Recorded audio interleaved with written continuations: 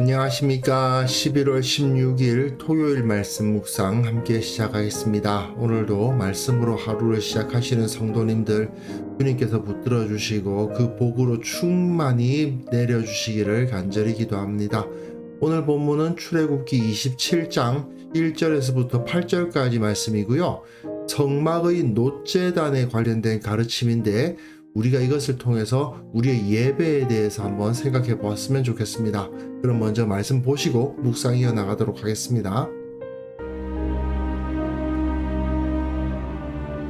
너는 조각목으로 길이가 5규빗, 너비가 5규빗의 제단을 만들되 네모 반듯하게 하며 높이는 3규빗으로 하고 그 네 모퉁이 위에 뿔을 만들되 그 뿔이 그것에 이어지게 하고 그 제단을 놋으로 쌓고 재를 담는 통과 부삭과 대야와 고기 갈고리와 불 옮기는 그릇을 만들되 제단의 그릇을 다 놋으로 만들지며 제단을 위하여 놋으로 그물을 만들고 그 위 네 모퉁이에 놋구리 넷을 만들고 그물은 제단 주위 가장자리 아래 곧 제단 절반에 오르게 할지며 또 그 제단을 위하여 채를 만들되 조각목으로 만들고 놋으로 쌓을지며 제단 양쪽 고리에 그 채를 꿰어 제단을 매게 할지며 제단은 널판으로 속이 비게 만들되 산에서 내게 보인 대로 그들이 만들게 하라. 우리가 지금 계속 성막의 설계도를 살펴보고 있습니다. 성막이 이렇게 생겼다고 볼 수 있는데요. 어제까지 이 성막 본당이라고 제가 부르는 이 부분에 대한 이야기가 다 끝났고 이제 이 성막의 뜰에 놓여져 있었던 놋제단에 대한 가르침이 이어지고 있습니다. 여기서 우리는 이 상징에 대해서 좀 알 필요가 있어요. 이 네모난 큰 뜰은 사실은 온 땅을 상징하는 겁니다. 그리고 이 청색, 자색, 홍색 실로 아름답게 짜여진 천들, 그리고 여기를 덮고 있는 천도 마찬가지죠. 다 하늘을 상징합니다.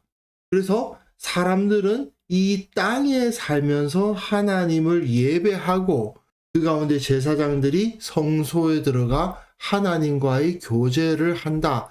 그런 그림이 제시가 되고 있는 거죠. 그러다 보니까 숫자도 네 면이니까 네 귀퉁이와 네 면이 있지 않습니까? 그러니까 4는 주로 땅을 상징하는 숫자가 되었고요. 하나, 둘, 셋, 3은 하늘을 상징하는 숫자가 되는 겁니다. 이런 것을 좀 이해를 하시면서 성막에 대한 가르침을 읽어가시면 나름대로 재미있게 읽으실 수도 있습니다. 너는 조각목으로 시띠나무죠. 시띠나무로 길이가 5규빗, 너비가 5규빗의 제단을 만들되 네모 반듯하게 하며 높이는 3규빗으로 하라고 되어 있습니다.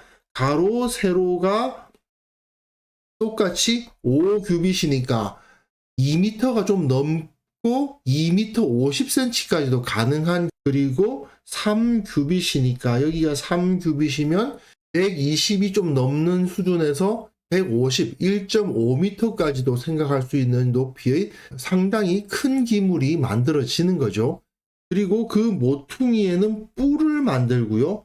그 뿔이 그것에 이어지게 하고 그 제단은 놋으로 쌉니다.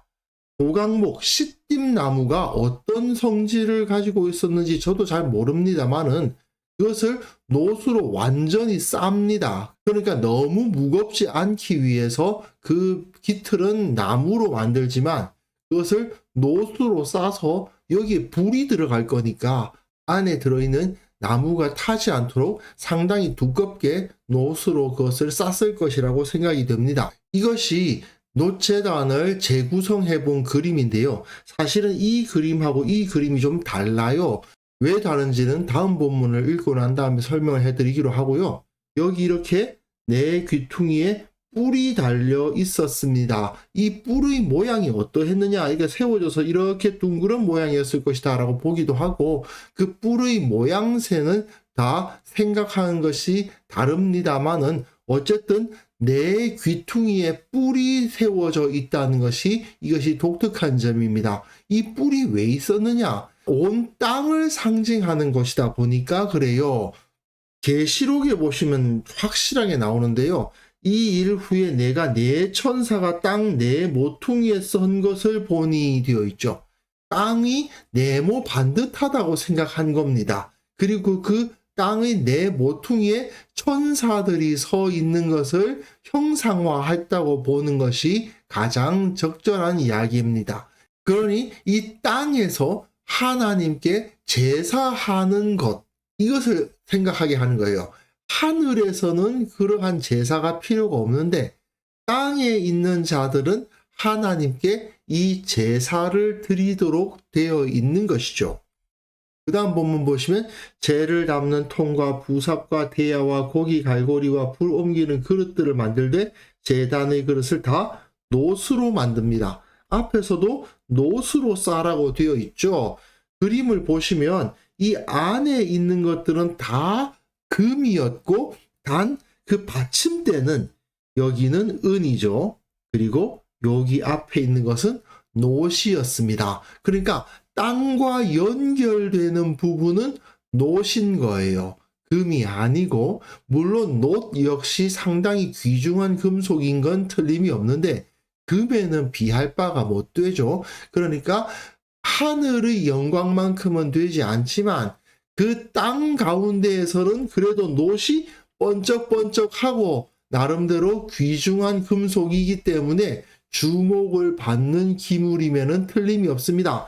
이 안에는 훨씬 더 귀하고 아름다운 모습들이 보이게 되겠지만 그것은 다 덮여 있어서 안은 보이지 않지 않습니까? 그러니까 이 첫 번째 하늘을 상징하는 문을 통해서 제사를 하기 위해 이 성소 안으로 들어가게 되면 거기에 상당히 큰 크기의 이 제단이 눈에 보일 것이고, 이 제단이 어떻게 보면 가장 아름다워 보이는 것일 수도 있죠. 물론 이 문이 청색, 자색, 홍색 실로 아름답게 짜여져 있기 때문에 그것도 눈에 들어오겠지만 이 제단이야말로 대부분의 백성들이 성소를 찾았을 때 보게 되는 것입니다. 이 제단의 모습을 통해서 제사장이 아닌 백성들은 이 안의 모습을 상상할 수밖에 없죠. 직접 볼 수가 없잖아요. 제사장들만 여기에 들어갈 수 있고 그 중에서도 대제사장만 이 안에 들어갈 수 있으니까요. 결국 이 제단이야말로 대부분의 이스라엘 백성들이 가장 중요하게 생각하는 성소의 기물이었던 셈입니다. 그리고 그것은 다 노스로 만들어져서 금이 아니지만 말하자면 하늘의 영광과도 같은 것은 아니지만 이 노스로 만들어져 있는 제단에서 제물을 드림으로써 하늘의 영광을 상상할 수 있고 하늘의 영광을 바라볼 수 있다는 의미를 가지게 되는 거죠. 제단을 위하여 노스로 그물을 만들고 그 위 네 모퉁이에는 놋고리 넷을 만들고 그물은 제단 주위 가장자리 아래 제단 절반에 오르게 할지며 되어 있습니다. 이 그물이라는 것 때문에 사실은 그림이 달라지는 겁니다. 그물이 뭐냐? 많은 분들이 이 그물은 이 안에 들어가 있는 석쇠와도 같은 역할을 하는 것일 것이다 라고 생각하시는 분들이 있습니다. 나름대로 설득력이 있는 이야기예요. 여기에 그물처럼 놓여져서 이 위에 장작과 재물이 놓이고 밑에서 불을 뗐다고 보는 거죠. 그런데 이 본문을 가만히 읽어보면 이것이 과연 석쇠의 모습이었겠는가 하는 의심이 드는 것은 사실입니다. 아무래도 오늘 본문을 가만히 읽어보면 이 그림이 조금 더 설득력 있는 거 아닌가 싶거든요. 여기를 보시면 이렇게 구멍이 뚫려가지고 그물처럼 설치되어 있죠. 그리고 이 밑은 그냥 뚫려 있고 그냥 흙바닥 위에 놓는 겁니다. 거기에 장작을 얹고 그 장작 위에 재물을 얹는 거죠. 그럼 이것은 공기 구멍 역할을 하게 되죠. 이렇게 만들었을 경우에는 여기에 공기 구멍이 없기 때문에 이 밑을 조금 받친다든가 해서 장작을 넣고 불을 떼야만 됩니다. 이게 맞느냐 이게 맞느냐는 사실 정확하게 이거다라고 말하기는 쉽지 않습니다만은 아무래도 이쪽이 조금 더 설득력 있지 않느냐 그렇게 볼 수 있고요. 그 외에도 이렇게 여러 기물들이 있어서 재물을 다루는데 사용이 되었던 것으로 보입니다. 재를 담는 통, 여기서 다 탄 재를 퍼내야 되잖아요. 그리고 부삽, 그걸 퍼내는데 삽이 필요할 거고요. 대야는 틀림없이 대물을 죽인 다음에 그 피를 받는 용도였을 것입니다. 고기 갈고리, 그 안에서 타고 있는데 사람이 손을 넣어서 그걸 어떻게 바꿀 수 없으니까 갈고리를 넣어서 그 고기가 잘 탈 수 있도록 옮긴다든지 하는 것을 해야 되겠죠. 그리고 불 옮기는 그릇, 이들이 광야에서 이동하지 않았습니까? 그런데 레위기에 보시면 이들이 이것을 다 만든 후에 하늘에서 불이 내립니다. 그리고 그 불이 꺼지지 않아요. 그 불을 계속 유지하는 겁니다. 마치 성화봉송하듯이 이 이스라엘이 그 진친 곳을 옮기려고 하다 보면 여기서 이 제단에 붙어 있는 불 옮기는 그릇을 만들어서 수치라든지 이런 것을 넣은 다음에 불씨를 보존해서 가지고 다녔던 것이죠. 그러한 도구들을 사용해서 제사를 이어갈 수 있도록 했던 것을 볼 수가 있습니다. 오늘 본문은 사실은 굉장히 단순하죠. 어쨌든 이 놋 제단은 땅을 상징하는 형태로 만들어져 있고요. 그렇기 때문에 우리가 이 세상에서, 이 땅에서 사는 삶 가운데에서 가장 중시해야 될 것이 무엇인가를 알게 합니다. 바로 하나님께 영광을 돌리는 것.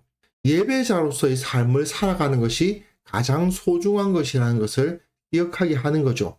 그리고 이 놋제단을 보면 하나님 나라의 역사를 깨닫게 하는 겁니다. 레위기에서 하늘로부터 이 제단에 불이 내려온 이후로 나중에 솔로몬에 의해서 성전으로 그것이 더 발전할 때까지 계속해서 그 불은 꺼지지 않았고 계속 그 불은 이어져 내려왔습니다. 결국 하늘에서 내려온 그 불이 유지되었던 기간이 바로 구약 시대인 거죠. 그렇다면 우리는 어떤 불을 가지고 있는 겁니까?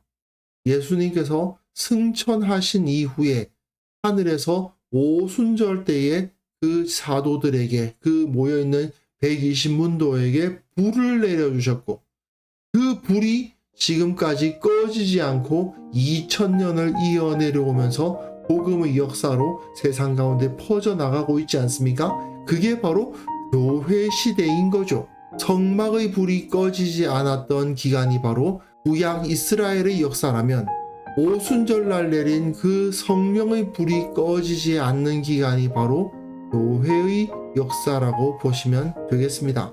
그러므로 우리는 지금 비록 이러한 놋제단은 있지 않지만 내가 이 땅에서 살아가는 동안에는 계속해서 주님께 영광을 돌리고 주님을 예배하는 자로서 서야 한다는 것을 이 제단의 모습을 통해서 배울 수 있을 것입니다. 그래서 이 시간 함께 기도하실 때에는요, 내가 먼저 예배의 자리를 기뻐하는 자가 되게 하여 주시고 언제나 주님을 기억하며 살아가게 하옵소서. 우리 교회 모든 성도들이 예배로 모일 때 거룩한 산 제물로 자신을 드리고 또한 그 매일의 삶 자체를 주님을 예배하는 예배자의 삶으로 살아가게 하옵소서. 특별히 내일 주일을 맞이하여 교회마다 주님을 예배할 터인데 그 예배 가운데 오순절 성령의 불과 같은 그러한 은혜가 임하게 하옵소서. 함께 기도하는 시간 가졌으면 합니다.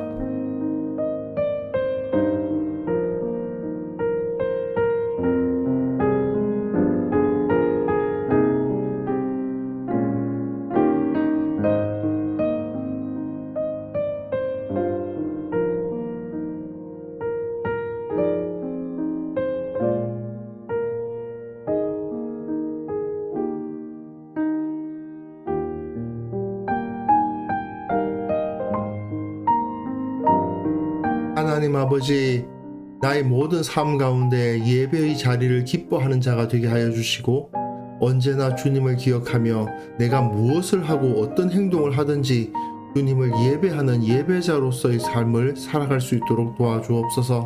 우리 교회 모든 성도들이 집에 있으나 직장에 있으나 교회에 있으나 길을 갈 때에나 언제나 주님을 기억하고 주님께 영광을 돌리는 거룩한 산제물로서 살아갈 수 있도록 도와주시고 또한 예배로 모일 때마다 성령의 그 불과 같은 능력을 체험하고 그 은혜 가운데에서 기뻐하며 주님께 영광 돌리는 시간들을 경험하는 성도들 다 될 수 있도록 도와주옵소서.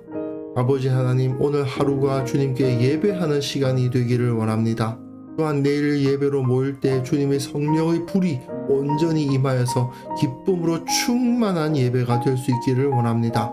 마지막 날 저 하늘에서 주님 앞에서 기쁨의 예배를 드릴 그날을 꿈꾸며 하나님께 영광 돌리는 우리 모두가 될 수 있도록 은혜 위에 은혜를 내려주시고 오늘 하루도 우리와 함께하여 주옵소서.